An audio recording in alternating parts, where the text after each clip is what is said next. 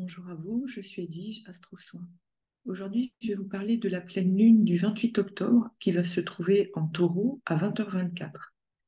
Donc, je vais vous expliquer un peu différemment parce que j'ai eu beaucoup de questions par rapport, quelque part, c'est comment on prend cette pleine lune. Quand je dis la prendre, c'est la lune, on le voit, la lune est ici, la lune est à 3 degrés du Taureau et en face, nous avons un soleil à 5 degrés. Et justement, la question c'était, qui revient régulièrement, comment on fait pour mettre cette pleine lune dans notre thème de naissance? Donc, je vais vous l'expliquer après. Donc là, on voit à 20h24 que la lune est en Taureau, comme je disais, à 3 degrés 58 secondes, au début du Taureau. Donc, ça veut dire que les personnes du premier décan seront, entre guillemets, plus touchées, sensibles à cette pleine lune, opposé au Soleil, qui sera, lui, en Scorpion, et pareil, à 5 degrés du Scorpion. Donc, ça sera pareil. Les signes du Scorpion seront davantage sensibles à cette pleine lune, touchés, euh, et surtout les premiers décans. Premier décan, c'est de 0 à 10 degrés, deuxième décan de 10 à 20, et deuxième décan, et troisième décan de 20 à 30. Donc, c'est pour ça on peut dire, eh bien, les personnes qui sont du signe du Taureau ou les personnes qui seront du signe du Scorpion vont être davantage impactées, entre guillemets impactées, hein, aussi bien dans le positif que dans le négatif. Il n'y a pas de règle de quoi qu'il en soit, chacun est unique de toute manière, mais les premiers décans peuvent être davantage, ça va davantage peut-être leur parler. Donc, tout ça pour vous dire quoi? C'est le signe du Taureau, on est dans la matière. On est dans le matériel, dans les valeurs mobilières, immobilières, dans l'expression de mettre des limites, mettre une sécurité intérieure et extérieure, se sentir en sécurité. Et là, on voit que c'est une pleine lune. Donc, qui dit pleine lune dit tension, contrariété, distorsion, quelque chose qui n'est pas agréable en fait, hein. Et on voit que cette lune, donc, comme je disais, elle est opposée au soleil. Donc, on sent qu'il y a éventuellement un malaise qui se joue actuellement, et on le voit depuis un petit moment quand même, mais là, c'est encore plus prononcé dans cette insécurité physique, dans cette insécurité, on se balade dans la rue, on n'est pas tranquille.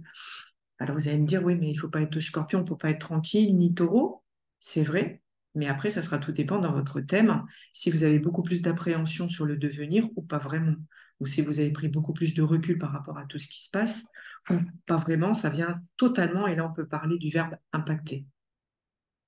Et là, on se rend compte que le Soleil, comme la Lune, eh bien, d'abord le Soleil, ici en Scorpion, il n'est pas très loin de Mercure, et ce Mercure, il est conjoint à Mars en Scorpion.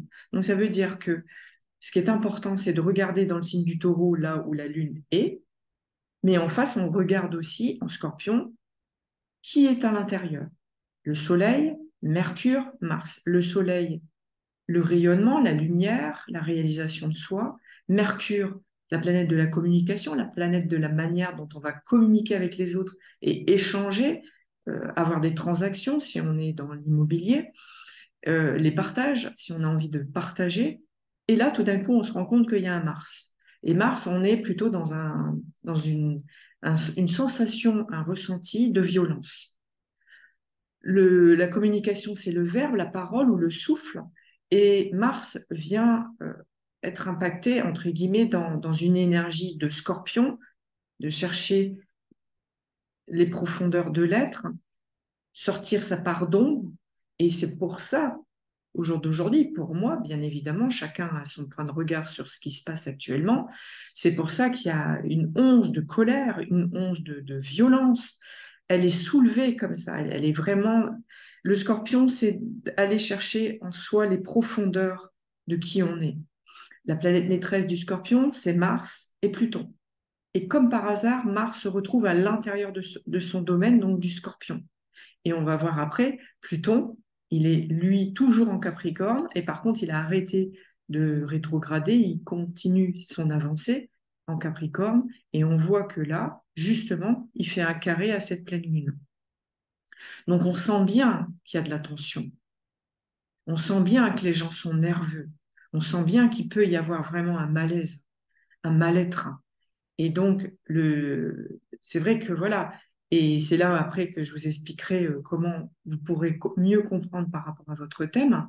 Mais déjà, voilà, pour moi, c'est comme ça que je procède. Je regarde, ok, on parle de pleine lune. On parle de pleine lune en taureau. Mais quoi? Ça veut dire quoi? Le taureau, on est dans un signe de terre, dans la sécurité, la matière, l'argent. Peut-être vous allez revaloriser, revoir votre manière de dépenser votre argent. Ça sera les dépenses et les achats, votre comptabilité, au mieux de gérer cette comptabilité. Et on voit bien que Jupiter, justement, est pas très loin de la Lune. Et Jupiter, c'est les règles, la vérité, l'authenticité, la justice, la foi. Et là, tout est ébranlé par rapport à cette foi, cette lumière, cette part d'ombre qui prend encore plus le dessus actuellement sur la Terre. Et c'est à nous justement d'apporter encore plus euh, cette joie. Vous allez me dire comment on peut être en joie quand tout ce qui est à l'extérieur nous perturbe. C'est vrai. Mais prenons ce temps d'aller marcher ou autre, ce que vous préférez, et de vous poser. Et d'effacer tout ce qui se passe autour et de revenir à l'essentiel qui est vous, à l'intérieur de vous.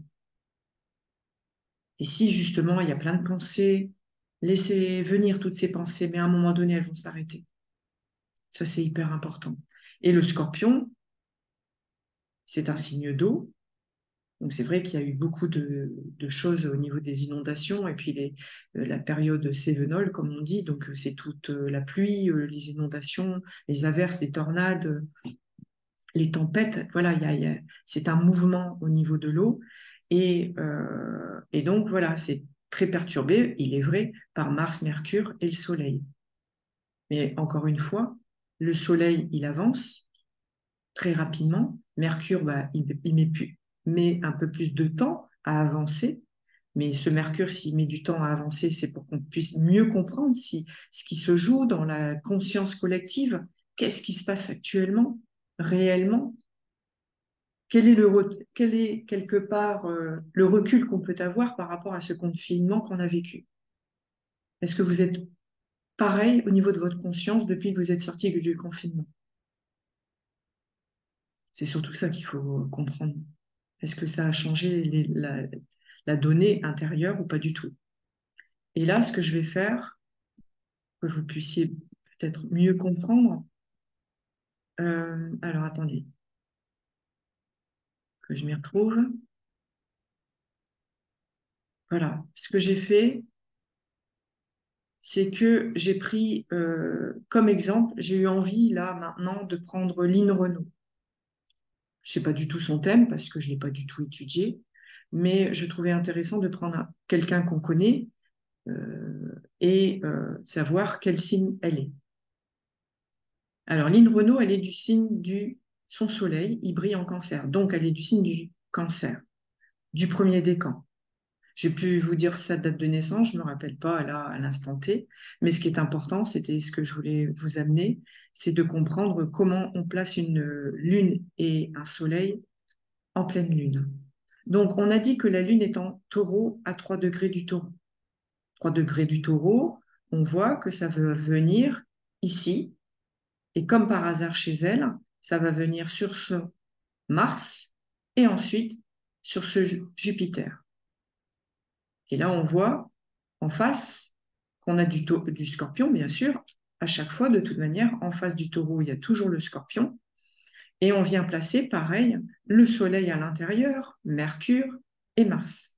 Donc, ça veut dire que le soleil va venir ici, donc toujours en opposition à la Lune, mais en opposition à son Mars et en opposition à Jupiter, à l'intérieur de la maison 6 pour elle, et à l'intérieur de la maison 12 pour elle.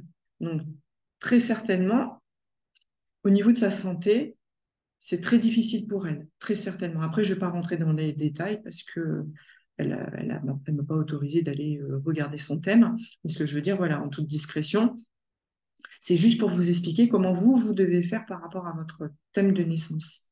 Décrire la Lune ici à 3 degrés, elle, ça tombe sur 2 planètes de naissance, donc très important, et le Soleil ici, plus Mercure et Mars. Donc c'est vrai que pour elle, eh bien, très certainement, ça va la chambouler au niveau de sa santé.